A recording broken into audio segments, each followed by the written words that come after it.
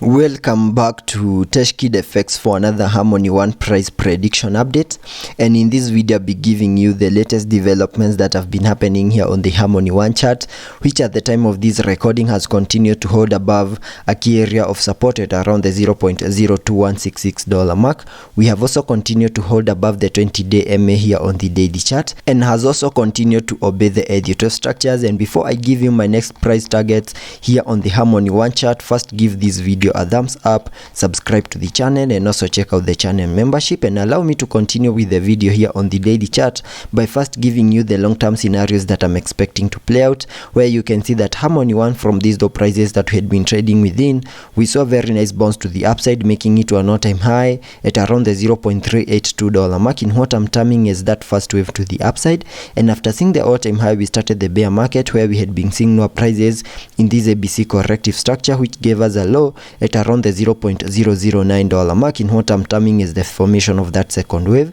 And after seeing the formation of that wave 2, whatever we expect next on the long-term scenarios is a bounce to the upside in the formation of this wave 3. And this is what I'm expecting on the long-term scenarios, having the minimum target area of that move to the upside in the formation of that wave 3 at the fib level 1.618, and that is at around the $0.61746 mark. And I'm also expecting to see a 5-wave structure in formation, having the wave 5 fully maximizing the formation of that wave 3 to the upside. And jumping to the 4-hour chart to give you the short-term scenarios that I'm expecting to play out, and also give you my next price targets here on the HARMONYONE chart. Here on the 4-hour chart, you can see down here, this is where we made our lower low at around the $0.009 mark before we started a very nice bounce to the upside in a move that has been obeying the Elliot structures, where you can see that I'm terming that as the first wave to the upside before we saw a corrective structure in the formation of that wave 2, then started another bounce to the upside in what I'm terming as that wave 3. And I believe we have peaked in the formation of that wave 3 at around the $0.02985 mark, and whatever we are seeing at the moment is a corrective structure in the formation of this wave 4.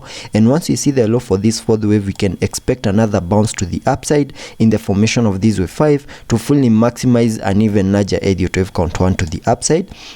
And getting a little bit into the details of the formation of this wave 4, so that I can give you the short-term scenarios that I'm expecting to play out, and first sketch out a minimum retracement area in the formation of this wave 4 by connecting the Fibonacci's from the low of the second wave to the high of that wave 3. That gives me a minimum retracement area in the formation of that wave 4 between the fib level 0.382 and the fib level 0.618, and that target area lies between the $0.02428 mark and the $0.0209 mark, and it is within this red target area that I'm expecting to see the low for that fourth wave to the lower side. And there are chances that we might have seen that low since we have managed to get into that red target area,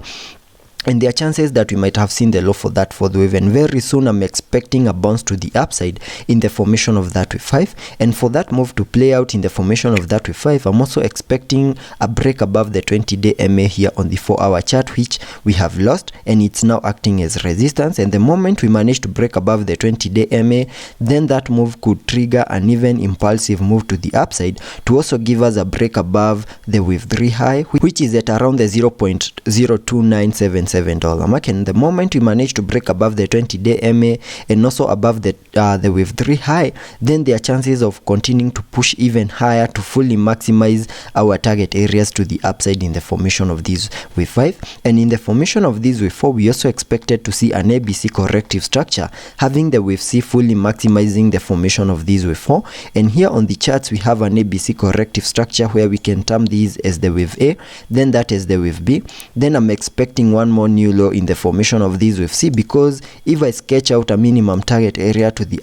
lower side in the formation of that wave C by connecting a trend-based Fibonacci from the high of that wave A to the low of that wave A, then drag the fibs to the high of that wave B, that gives me a minimum target area to the lower side in the formation of that wave C within this red target area, and that is at around the $0.02103 mark. So there are chances that we might expect one more leg to the lower side to give us a break below the key area of support at around the $0.02166 mark, and once that happens, then I'll be expecting HARMONYONE to fully maximize our target area at the fib level 1.618, and that is at around the $0.02103 mark. That is the first possible move that we can expect using this ABC corrective structure. But you also need to have in mind that having come down into this minimum retracement area in the formation of this wave 4, there are chances that we might have seen the low for this fourth wave at around the $0.02275 mark, and this could be the low for that fourth wave to the lower side. And very soon we are going to start gearing up, manage to break above the 20-day MA, and also manage to break above the wave 3 high. And once that happens, I will also be expecting a break above the key area of resistance at around the $0.03 mark. And once that happens, then we can continue pushing even higher to fully maximize our target areas in the formation of that wave 5, and sketching out a minimum target area to the upside in the formation of that wave 5 by connecting the trend-based Fibonacci from the low of the first wave to the high of that wave 1, then dragging the fibs to the high of that wave 3. That gives me a minimum target area to the upside in the formation of that wave 5 at the fib level 1.618, and that is at around the $0.04605 mark, and that is the minimum that I would expect that wave 5 to the upside to do. And once the wave 5 plays out, then we can name this 5-wave structure to the upside as a larger Elliot wave count 2 before we can expect the formation of a larger Elliot wave count 2 over here, where I will also be expecting to see an ABC corrective structure in the formation of that wave 2.